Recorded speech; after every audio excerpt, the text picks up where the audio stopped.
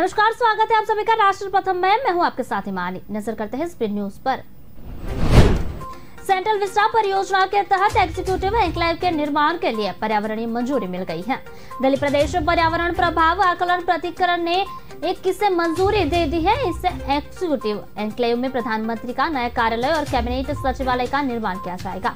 इससे पहले वन विभाग ने केंद्रीय लोक निर्माण विभाग को 23 अगस्त को दिल्ली पेड़ संरक्षण कानून 1994 में तहत सेंट्रल विस्टा परियोजना के स्थल से 807 से 427 पेड़ों को उखाड़ कर कहीं और लगाने की मंजूरी दी थी। एग्जीक्यूटिव एन्क्लेव के निर्माण के लिए दिल्ली प्रदेश विशेषज्ञ मूल्यांकन समिति ने पिछले सप्ताह एसआई के पर्यावरण संबंधी मंजूरी देने की सिफारिश की थी। एसआई ने बुधवार को एक बैठक में परियोजना पर चर्चा की थी तथा इसे मंजूरी दी थी।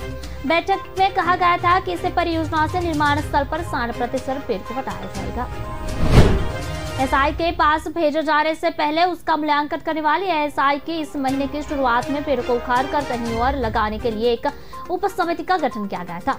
सरकार ने दिसंबर को 2020 में अधिक सूची की गई थी। कहा था कि संबंधित एजेंसियों को उसके विकास कार्यों के लिए प्रभावित उस 80% पेड़ों को किसी और स्थान पर लगाना होगा। एसआई ने पहली बार 31 जनवरी को एक बैठक में प्रस्ताव पर गौर किया था और उसे निर्माण स्थल पर बड़ी संख्या में पेड़ों को हटाने के सीपीडब्ल्यूडी योजना पर चिंता जताई थी। सीपीडब्ल्यूडी ने प्रस्ताव को संशोधित किया और प्रतिरोपित किए जाने वाले पेड़ों की संख्या 630 से घटाकर 427 कर दी गई और निर्माण स्थल पर छोड़े जाने वाले की संख्या 154 से बढ़ाकर 320 कर दी। 9 अप्रैल को हुई इस बैठक में एसआई ने पर्यावरण मंजूरी के लिए एसआईआई को संबोधित प्रस्तावित की सिफारिश करने का फैसला किया। पश्चिम बंगाल के कोयला तस्करी मामले में राज्य सत्तारूढ़ टीएमसी के महासचिव अभिषेक बनर्जी आज कोलकाता स्थित ईडी दफ्तर में पेश हुए। 30 अगस्त को ईडी ने उन्हें समन्स भेजकर पूछताछ के लिए तलब किया। ईडी की टीम बनर्जी से पूछताछ कर रही है। इस मामले में पहले उनके कई बार पूछताछ की जा चुकी है। बनर्जी मुख्यमंत्री ममता बनर्जी के भतीजे हैं। वह आज सुबह करीब 11 बजे कोलकाता के सॉल्ट लेक इलाके से सीजीओ कॉम्प्लेक्स स्थित ईडी दफ्तर पहुंचे। इससे पहले गुरुवार रात को दिल्ली से जांच ईडी अफसरों की टीम उनसे पूछताछ के लिए कोलकाता पहुंची थी। बंगाल में सत्तारूढ़ टीएमसी के वरिष्ठ नेता पूछताछ को देखकर सीजी कॉम्प्लेक्स के आसपास बड़ी संख्या में पुलिस बल तैनात किया गया है। बनर्जी ने इस केस को लेकर कई पूछताछ हो चुकी है। उनके निवास पर भी ईडी ने छापा मारा था। पीएम मोदी ने भारत के पहले स्वदेशी युद्धपोत आईएनएस विक्रांत को नेवी को सौंप दिया है। कोच्चि में एक कार्यक्रम में पीएम ने आईएनएस विक्रांत को देशवासियों को समर्पित किया। पीएम मोदी ने कहा कि आज केरल के समुद्री तट पर भारतवासी एक नए भविष्य को सूर्योदय का साक्षी बन रहा है। आईएनएस विक्रांत पर जो हो रहा है आयोजन विश्व क्षितिज पर भारत के बुलंद होते फैसलों की हुंकार है। मोदी ने कहा कि विक्रांत विशाल है, विराट है, विहंगम है, विक्रांत विशिष्ट है, विक्रांत विशेष भी है। विक्रांत केवल एक युद्धपात नहीं है, ये 21वीं सदी के भारत के परिश्रम, प्रतिभा, प्रभाव और प्रतिबद्धता का प्रमाण है। यही लक्ष्य दूरंत है, यात्रा दिगंत है, समंदर और चुनौतियां अनंत है। तो भारत का उत्तर है विक्रांत। आजादी के अमृत महोत्सव के अतुलनीय अमृत है विक्रांत। आत्मनिर्भर होते ही भारत का अद्वितीय प्रतिबिंब है विक्रांत। मोदी ने कहा आज भारत विश्व के उन देशों में शामिल हो गया है जो स्वदेशी तकनीकी से इतने विशाल एयरक्राफ्ट कैरियर का निर्माण करता है। आज आईएनएस विक्रांत ने देश को एक नए विश्वास से भर दिया है, देश में एक नया भरोसा पैदा कर दिया है। मोदी ने कहा कि आईएनएस विक्रांत के हर भाग की अपनी एक खूबी है, एक ताकत है, अपनी एक विकास यात्रा भी है। ये स्वदेशी सामर्थ्य, स्वदेशी संसाधन और स्वदेशी कौशल का प्रतीक है। इसके एयरबेस में जो स्टील लगी है वह स्टील की स्वदेशी है। छत्रपति वीर शिवाजी महाराज ने इस समुद्री सामर्थ्य के दम पर ऐसी नौसेना का निर्माण किया जो दुश्मनों की नींद उड़ाकर रखती थी। भारतीय जनता पार्टी के नवनियुक्त प्रदेश उपाध्यक्ष भूपेंद्र चौधरी 2 दिवसीय वाराणसी दौरे पर हैं। भूपेंद्र चौधरी ने काशी विश्वनाथ मंदिर में दर्शन पूजन किया, साथ ही कॉरिडोर में भी भ्रमण किया। प्रदेश अध्यक्ष की कमान संभालने के बाद ये उनका पहला दौरा है। काशी आगमन पर कार्यकर्ताओं ने एयरपोर्ट से लेकर सर्किट हाउस तक जोरदार स्वागत किया। भाजपा पदाधिकारी एवं कार्यकर्ताओं के द्वारा ढोल नगाड़े और पुष्प वर्षा के साथ भव्य स्वागत किया गया। भूपेंद्र चौधरी 11:30 बजे रोहनिया स्थित भाजपा के क्षेत्रीय कार्यालय पहुंचेंगे। यहाँ उनका भव्य स्वागत एवं अभिनंदन किया जाएगा। बता दें कि लोकसभा चुनाव के 2024 के मिशन 80 को पूरा करने के लिए भाजपा ने प्रदेश सरकार से पंचायती राज मंत्री और पश्चिमी यूपी के बड़े जाट नेता भूपेंद्र सिंह चौधरी को पार्टी का प्रदेश अध्यक्ष नियुक्त किया। चौधरी ने नियुक्ति से न केवल पार्टी ने जाट वोट बैंकों से ज्यादा बल्कि लगातार दूसरी बार पिछड़े वर्ग से प्रदेश अध्यक्ष नियुक्त कर पश्चिम से पूर्वांचल तक पिछड़े और अति पिछड़े वोट बैंकों को भी साथ रखने की कोशिश की है। चौधरी भाजपा के 14वें प्रदेश अध्यक्ष है। पार्टी ने पहली बार किसी जाट नेता को संगठन की सम्मान सौंपी है। 56 वर्षीय भूपेंद्र चौधरी का जन्म मुरादाबाद के महेंद्री सिकंदरपुर गांव में हुआ था। चौधरी के जाट समाज के साथ पश्चिमी यूपी में गुर्जर ब्राह्मण त्यागी के मजबूत पकड़ है। लोकसभा चुनाव 2019 से पहले जाटों को आरक्षण आंदोलन और कृषि कानून के विरोध में किसान आंदोलन के समय चौधरी ने पश्चिमी यूपी में जाट समाज के साथ किसानों के बीच सरकार की बात पहुंचाकर संकट मोर्चे की भूमिका भी निभाई थी।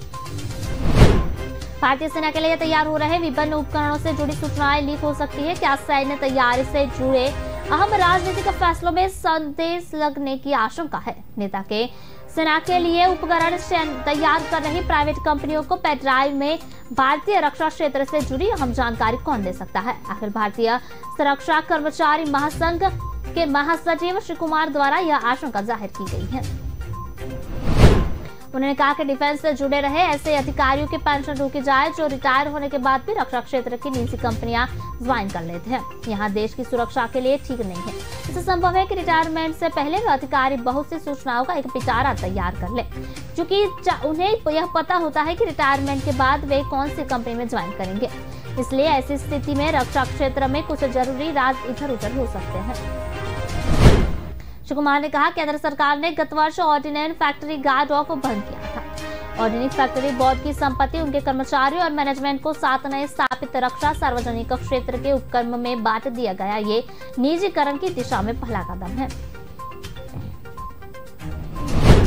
केंद्र सरकार भी मंशा का अंदाज इससे लगाया जा सकता है कि वजह पिछले 6 मास के रक्षा कंपनियों द्वारा जो कुछ तैयार किया गया है उसका बढ़ा चढ़ाकर बखान कर रही है। स्वतंत्रता के बाद अब तक आयुध कारखानों में सशस्त्र बलों के लिए आवश्यक सैकड़ों नया उत्पाद विकसित किए हुए जिसके उनके बारे में सरकार कुछ नहीं बता रही है। केंद्रीय वित्त मंत्री निर्मला सीतारमण 3 दिवसीय तेलंगाना दौरे पर है। भाजपा की लोकसभा प्रवास योजना के तहत वित्त मंत्री गुरुवार को जहीराबाद पहुंचे। वित्त मंत्री राज्य के अलग अलग इलाकों का दौरा कर रही है। हालांकि निर्मला को इस दौरान विरोध का सामना भी करना पड़ रहा है।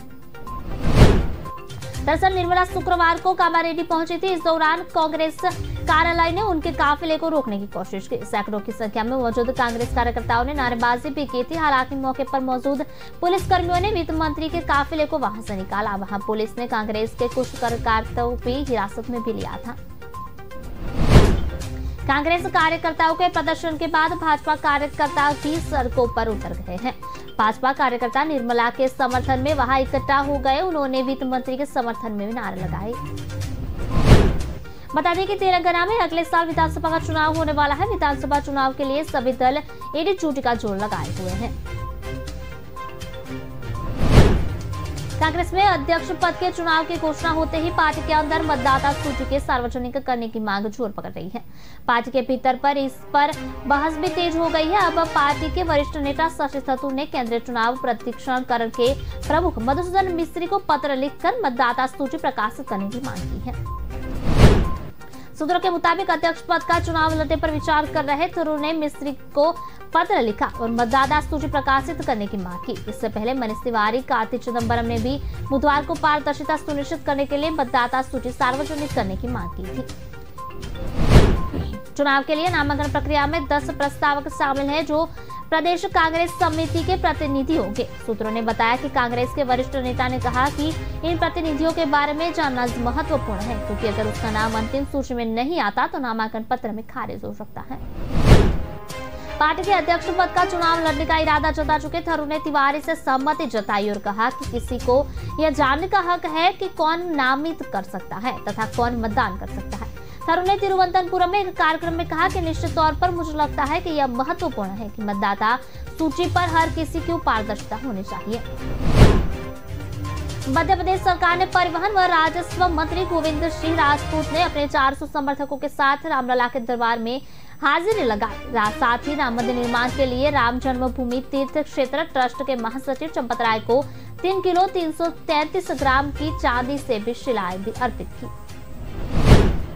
इससे पहले अयोध्या पहुंचे मंत्री गोविंद सिंह राजपूत व उनके समर्थकों के नेपाली बाबा आश्रम में भव्य स्वागत सम्मान किया। मंत्री ने नेपाली बाबा आश्रम के महंत तपस्वी आत्मानंद महात्यागी उर्फ नेपाली बाबा का आशीर्वाद भी लिया।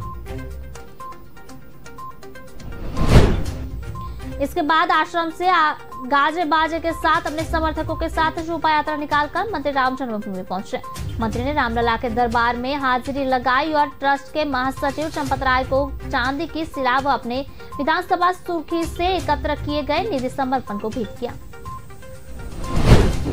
इस दौरान मंत्री गोविंद सिंह ने कहा कि लंबे संघर्ष के बाद राम मंदिर का निर्माण हो रहा है, हम सब उसके साक्षी बन रहे हैं, यह बड़ी गौरव की बात है। कहा कि हमारे क्षेत्र में राम के प्रति भक्तों के अपार आस्था, यही आस्था प्रकट करने के लिए यहाँ सभी भक्त हमारे साथ अयोध्या पहुंचे हैं। कर्नाटक के लिंगायत मठ से नाबालिग लड़कियों को दुष्कर्म करने के आरोपित महंत शिवमूर्ति मर्ग को शरणारूष को पुलिस ने गिरफ्तार कर लिया है। इससे पहले आरोपी की जमानत याचिका पर सुनवाई गुरुवार को टाल दी गई थी। शिवमूर्ति ने खिलाफ पॉक्सो एक्ट के तहत मामला दर्ज किया है। इस मामले को लेकर राज्य में राजनीति भी गर्म हो गई है।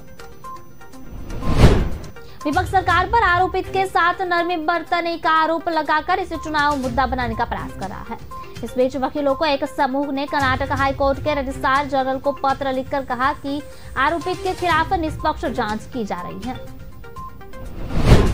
मामले में अधिक जानकारी देते हुए पुलिस ने बताया कि निर्धारित प्रक्रिया के तहत आरोपी की मजिस्ट्रेट के सामने पेश किया गया, साथ ही प्रक्रिया के मुताबिक मेडिकल टेस्ट भी कराया गया है। सऊदी अरब से अनाथ लड़कियों के साथ मारपीट करने का वीडियो सामने आया है। इस वीडियो में कुछ सिक्योरिटी गार्ड्स ऑफ नीज ने लड़कियों पर पूरी तरह से पिटते दिखाई दे रहे हैं। एक लड़की बाल पकड़कर उसे घसीटा गया तो लात मारी गई। इतना ही नहीं, उसे बैल से भी मारा गया। वीडियो के सिक्योरिटी गार्ड्स हमले से बचकर भाग रही लड़कियों को डंडे मारते हुए भी दिखाई दिए। रिपोर्ट के मुताबिक घटना 31 अगस्त की बताई जा रही है। सिक्योरिटी गार्ड्स ने लड़कियों के मारपीट क्यों की, इसकी वजह फिलहाल साफ नहीं हुई है। प्रिंस मोहम्मद बिन सलमान वीडियो के सामने आने के बाद ह्यूमन राइट्स एक्टिविस्ट के निशाने पर आ गए हैं। उनका कहना है कि प्रिंस के राज में लगातार सऊदी अरब में उत्पीड़न की घटनाएं बढ़ गई हैं। यूके के एक राइट्स ग्रुप LQST ने इस घटना को भयानक और परेशान करने वाला बताया। वीडियो में दिख रहे सिक्योरिटी गार्ड्स को सजा देने की मांग की जा रही है। सऊदी अरब में महिलाओं की जिंदगी तमाम पाबंदियों के बीच कट रही है। यहाँ के अजीबोगरीब कानून और नियम महिलाओं के लिए मुश्किल खड़ी कर रहे हैं। केंद्र सरकार की किसान सम्मान निधि योजना को लेकर कांग्रेस ने आज निशान साधा। कांग्रेस ने गुरुवार को दावा किया कि केंद्र की ओर से किसानों के लिए नोटिस जारी किया गया है। इसमें किसानों को अयोग्य करार देकर पीएम किसान स्कीम के तहत दी गई रकम को वापस कर लिया जा रहा है। विपक्षी दल ने कहा कि एक ओर सरकार अपने उद्योगपति मित्रों का दिए गए लाखों करोड़ों रुपयों का कर्ज माफ कर रही है तो दूसरी ओर किसानों से पैसे वापस ले रही है। ऑल इंडिया कांग्रेस कमेटी के मुख्यालय में आयोजित एक प्रेस कॉन्फ्रेंस को संबोधित करते हुए कांग्रेस प्रवक्ता अखिलेश प्रताप सिंह ने कहा कि किसान सम्मान निधि के तहत किसानों को अयोग्य बताकर केंद्र सरकार पैसे वापस ले रही है। सिंह ने कहा कि जो सरकार अपने उद्योगपति मित्रों को लाखों करोड़ों रुपए माफ कर रही है वह देश के गरीब अन्नदाताओं से पैसे वापस ले रही है। उन्होंने आगे कहा कि 2019 में जब मोदी सरकार लोकसभा चुनाव से पहले प्रधानमंत्री किसान सम्मान निधि योजना का ऐलान किया था, तब इसने हजारों किसान से उन्हें अकाउंट नंबर लिए ताकि चुनाव से पहले रकम उन तक पहुंचाई जाए। अब केंद्र कह रही है कि जो इसके योग्य नहीं है और योजना के तहत उन्हें पैसे मिल रहे हैं उन्हें वापस कर देना चाहिए। देश को 2 करोड़ किसानों को अयोग्य बताकर रकम वापस लेने की कार्रवाई को तुरंत रोका जाना चाहिए। पंजाब के तलवंडी साबो से आम आदमी पार्टी के विधायक प्रोफेसर बलजिंदर कौर घरेलू हिंसा का शिकार हो गए। उन्हें पति सुखराज बल्ले थप्पड़ मार दिया। यह पूरी घटना सीसीटीवी कैमरे में कैद हो चुकी है। यह मामला जुलाई महीने का है। हालांकि इसकी रिकॉर्डिंग अब सामने आई है। हालांकि अभी तक विधायक बलजिंदर कौर और उनके पति सुखराज बल ने इसके बारे में कुछ नहीं कहा। सूत्रों के मुताबिक पति से विवाद के बाद बलजिंदर कौर ससुराल छोड़कर इस वक्त अपने मायके जगराम तीर्थ में रह रही है। पंजाब महिला आयोग के चेयरपर्सन मनीषा गुलाटी ने कहा कि विधायक का घरेलू हिंसा का शिकार होना दुखद है। अभी तक यह मामला उनके घर की 4 दीवारों में था। अब इसका वीडियो पब्लिक प्लेटफॉर्म पर आ गया है, इसलिए आयोग इसका नोटिस लेकर कार्रवाई करेगा। पंजाब की महिला विकास मंत्री डॉक्टर बलजीत कौर ने कहा कि इस बारे में विधायक बलजिंदर कौर ने कोई शिकायत नहीं की है। वह पार्टी की जुड़ी हुई है, इसलिए इस मामले में सीएम भगवंत मान की कार्यवाही की मांग की जाएगी। राष्ट्रीय मुक्त विद्यालयी शिक्षा संस्थान द्वारा दिल्ली के मुख्यमंत्री अरविंद केजरीवाल के राष्ट्रीय राजधानी में देश का पहला वर्चुअल स्कूल शुरू करने के दावे को खारिज करने के बाद NIOS को अध्यक्ष सरोज शर्मा ने कहा कि उन्हें यह पढ़कर आश्चर्य हुआ कि दिल्ली सरकार ने कल से इसे लॉन्च किया, क्योंकि इसकी स्थापना पिछले साल शिक्षा मंत्री धर्मेंद्र प्रधान ने की थी। मीडिया से बात करते हुए नेशनल इंस्टीट्यूट ऑफ ऑनर स्कूलिंग का चेयरपर्सन सरोज शर्मा ने कहा, NIOS ने 14 अगस्त 2021 की वर्चुअल स्कूल शुरू किया था और शिक्षा मंत्री धर्मेंद्र प्रधान ने इसे लॉन्च किया। मुझे यह पढ़कर आश्चर्य हुआ कि दिल्ली सरकार ने कल इसे लॉन्च किया। जहां तक देश में पहले का संबंध है, हमने इसे राष्ट्रीय स्तर पर लॉन्च किया। तीसरा सत्र चल रहा है, NIOS अध्यक्ष सरोज शर्मा ने कहा। दिल्ली के मुख्यमंत्री अरविंद केजरीवाल ने एक आभासी सम्मेलन में देश का पहला वर्चुअल स्कूल शुरू करने का दावा किया और कहा कि यह स्कूल देश में शिक्षा के क्षेत्र में एक मील का पत्थर साबित होगा। विशेष रूप से दिल्ली सरकार पर हाल ही में भाजपा द्वारा स्कूल गेट को लेकर आरोप लगाया गया है। केजरीवाल ने यह भी कहा कि देश पर छात्र प्रवेश के पात्र होंगे। Online media briefing. मुख्यमंत्री अरविंद केजरीवाल द्वारा आपके नेतृत्व वाली दिल्ली सरकार द्वारा भारत का पहला वर्चुअल स्कूल शुरू करने का दावा करने के बाद NIOS से बताया कि देश का पहला वर्चुअल स्कूल NIOS द्वारा पिछले साल अगस्त में शिक्षा मंत्री द्वारा पहले की लॉन्च की जा चुका है। प्रधानमंत्री नरेंद्र मोदी को भ्रष्टाचारियों पर कार्रवाई के राष्ट्रीय राजनीति में नए ध्रुवीकरण का आरोप के बाद बिहार के मुख्यमंत्री नीतीश कुमार ने पलटवार किया है। शुक्रवार को उन्होंने कहा कि क्या बोलते हैं, मैं इस पर ध्यान नहीं देता, बस एक बात जान लीजिए कि भ्रष्टाचारियों को कोई नहीं बचा रहा। नीतीश कुमार ने कहा, जब श्रद्धेय अटल जी देश के प्रधानमंत्री थे तो उनके साथ काम करने का मौका मिला। उन्होंने सभी लोगों का ख्याल रखा। यहाँ बिहार के लोगों ने मुझे काम करने का मौका दिया। आपने देखा होगा कि कितना काम हुआ है, कोई केंद्र में क्या बोलता है, इस पर हम ध्यान नहीं देते। भ्रष्टाचारी को बचाने वाले आरोप पर नीतीश कुमार ने पलटवार करते हुए कहा कि कहां भ्रष्टाचारी बच रहे हैं, क्या कोई भ्रष्टाचारी को बचाएगा? खुद ही सोचना चाहिए। यहाँ तक कि कभी भ्रष्टाचारियों को इतने दिनों में बर्दाश्त नहीं किया गया। वो क्या बोलते हैं, वो क्या अपना बोले, हमें से कोई मतलब नहीं है। दरअसल प्रधानमंत्री नरेंद्र मोदी ने गुरुवार को कहा था कि देश में भ्रष्ट लोगों के खिलाफ कार्रवाई किए जाने के परिणाम स्वरूप राष्ट्रीय राजनीति में नया ध्रुवीकरण हुआ है। पाकिस्तान में आई विनाशकारी बाढ़ से मरने वालों की संख्या बढ़कर 1036 हो गई है, जबकि देशों में 3 करोड़ लोग इस बाढ़ से बुरी तरह प्रभावित हुए हैं। यानी देश की कुल आबादी से करीब 7वें हिस्से का विस्थापित होना पड़ा है। हालांकि विभीषिका का अंदाज इसी बात से लगाया जा सकता है कि बाढ़ पीड़ितों की मदद के लिए नए हेलीकॉप्टर को जमीन न दिखाई देने के कारण प्रभावितों को राहत सामग्री तक नहीं पहुंचाई जा पा रही है। पाकिस्तानी जलवायु परिवर्तन मंत्री शेर रहमान ने इसे दशक का सबसे भयावह मानसून बताया, जबकि वित्त मंत्री मिस्ताक इस्माइल ने बाढ़ के कारण देश की अर्थव्यवस्था को 10 अरब डॉलर तक का नुकसान बताया है। प्राकृतिक आपदाओं से निपटने वाला राष्ट्रीय आपदा प्रबंधन के प्राधिकरण के मुताबिक अब तक यहाँ 1136 लोग बाढ़ से मारे गए हैं, वहाँ 1634 लोग घायल हुए हैं। करीब 9 लाख से ऊपर घरों की पूरी तरह या आंशिक रूप से क्षतिग्रस्त भी हो गए हैं। इसी कारण लाखों लोग भोजन व स्वच्छ पेयजल से वंचित हो गए हैं। देश में लाखों एकड़ उपजाऊ भूमि लगातार बारिश से जलमग्न है। विस्तार से खबरें पढ़ने के लिए आप हमारी वेबसाइट का भी प्रयोग कर सकते हैं। हमारे वेब का पता है www.kalamkartavya.com। हमारी कलम ही हमारा कर्तव्य है। उसके उद्देश्य के साथ खबरों को आप राष्ट्रपथ में देखते रहिए। नमस्कार।